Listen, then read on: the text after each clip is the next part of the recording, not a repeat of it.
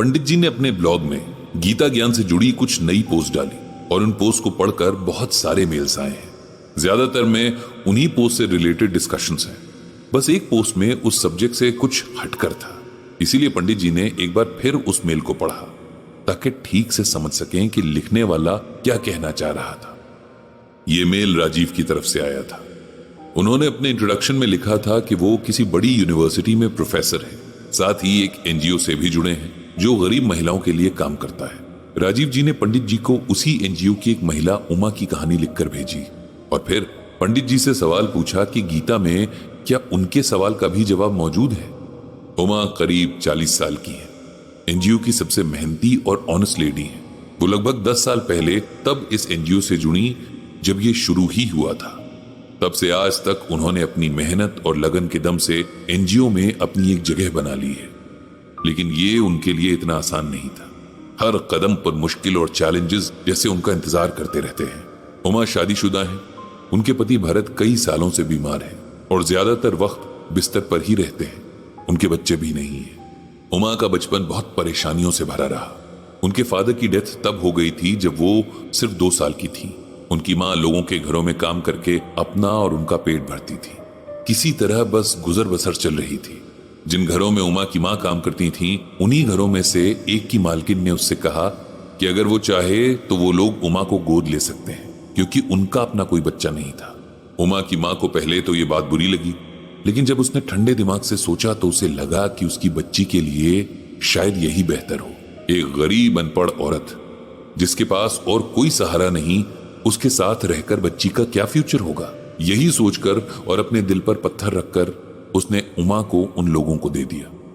उमा के भले के लिए उठाया यह कदम क्या वाकई उसका भला करने वाला था? उमा को उस अमीर घर के हवाले करके उसकी मां ने कुछ टाइम के बाद दूसरी शादी कर ली। इधर उमा को अपने नए घर में प्यार और केयर दोनों मिल रहे थे। अब उसके पास अच्छे कपड़े थे, मनपसंद खाना था, खिलौने थे, हर वो चीज जो बच्चों को खुशी दे सकती है वो उसके पास थी। उसका एडमिशन एक अच्छे स्कूल में करवा दिया गया। सब अच्छा हो रहा था कि उमा के भाग्य ने फिर पलटी मारी और जिस कपल ने उसे गोद लिया था उनकी खुद की एक बेटी हो गई। इतने सालों बाद वो लोग अपने बच्चे की उम्मीद छोड़ चुके थे, लेकिन फिर ये चमत्कार हो गया। इस चमत्कार ने उस घर को खुशियों से भर दिया। लेकिन उमा की जिंदगी में एक बार फिर दुखों ने दस्तक दी थी। जो लोग कल तक उसे प्यार करते न थकते थे, आज उन्हें वो बोझ लगने लगी थी। यह जल्दबाजी में लिया एक गलत फैसला। कुछ दिन तक सोचने के बाद उन लोगों ने फिर उसकी मां का पता लगाया और उसे वहां छोड़ने चल दिए, क्योंकि उसे गोद किसी लीगल प्रोसेस से तो लिया नहीं गया था। इसीलिए ये सब उनके लिए खेल हो गया था। उमा के सौतेले पिता को उसका यूं लौटकर आना पसंद नहीं आया, लेकिन जब उसे अच्छी खासी रकम ऑफर की गई तो वो मान गया। अब उमा अपनी मां के घर पर थी, लेकिन एक अनचाहे मेहमान की तरह। उसकी मां और सौतेले पिता के 2 बेटे थे। बहुत छोटे थे, इसीलिए उन्हें उमा के अचानक आ जाने से कोई परेशानी नहीं थी। लेकिन उमा की मां अपने पति को खुश रखने के लिए उमा से रूड बिहेव करती, ताकि उसके पति को यह न लगे कि उमा उसके बच्चों के हिस्से का प्यार बांट रही है। वो उसे बिना बात डांटती और मारती। उमा का भोला मन ये समझ नहीं पाता कि आखिर उसे किस गलती की सजा मिल रही है। किसी तरह बचपन बीता तो उसके सौतेले बाप ने बहुत कम उम्र में ही अपने एक दोस्त के आवारा और निकम्मे बेटे से उमा की शादी करवा दी। शादी क्या थी, एक तरह से उसने अपने सर से एक बोझ उतार कर फेंक दिया था। उसकी अपनी मां ने भी इस पर कोई ऑब्जेक्शन नहीं किया। शायद उसे अपनी जिंदगी का सुकून अपनी बेटी की खुशियों से ज्यादा प्यारा था। फिर से उमा की जिंदगी एक नए नर्क में आ गई थी। उसका पति न तो कोई काम करता था न करना चाहता था। सारा दिन अपने आवारा दोस्तों के साथ घूमना ही उसका काम था। उमा ने छोटे मोटे काम करके अपना घर चलाना शुरू कर दिया। वो घरों में सफाई का काम करती, खाली वक्त में लिफाफे बनाती ताकि 2 वक्त की रोटी का इंतजाम हो सके। मेहनत से कभी भी नहीं घबराती थी, इसीलिए उसे काम भी मिल ही जाता था। उसके पति की शराब की आदत ने उसे बीमार कर दिया था। उमा ने जितना हो सका उसका इलाज करवाया, लेकिन उसकी सेहत कभी पूरी तरह ठीक नहीं हो सकी। पति की देखभाल की वजह से वो अपना काम भी ठीक से नहीं कर पा रही थी।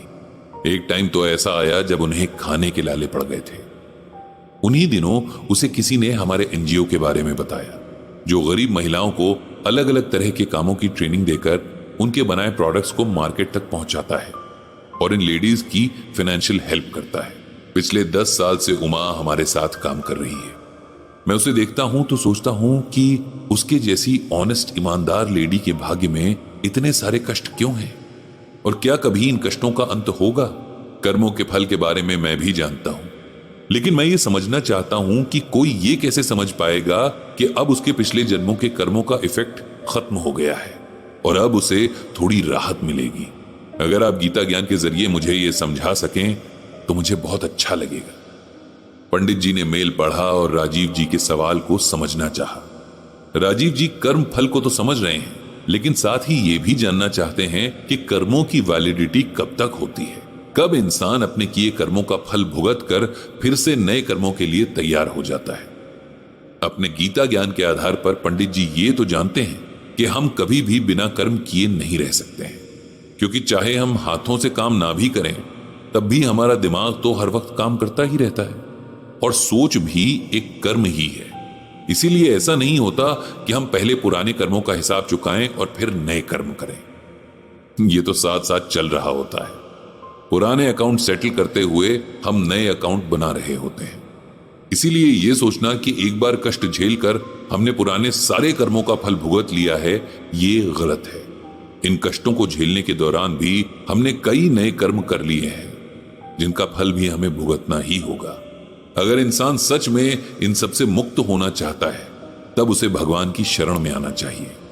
एक वही है जो हमें हर तरह से उबार सकते हैं। गीता में भगवान श्री कृष्ण कहते हैं, सर्व धर्मान परित्यज्य मामेकम शरणम व्रजम अहम त्वाम सर्व पापेभ्यो मोक्षयिष्यामि मा शुचः।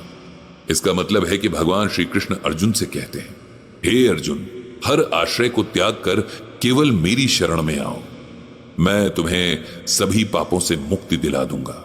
इंसान अपने किए कर्मों से भाग नहीं सकता, ना ही नए कर्म करने से बच सकता है, लेकिन भगवान श्री कृष्ण की शरण में जाने से अपने किए पापों का बोझ कम कर सकता है। ये सब बातें मन में सोचकर पंडित जी राजीव जी को उनके मेल का जवाब लिखने बैठ गए। उन्होंने मनी मन भगवान श्री कृष्ण से सबको सद्बुद्धि देने की प्रार्थना की।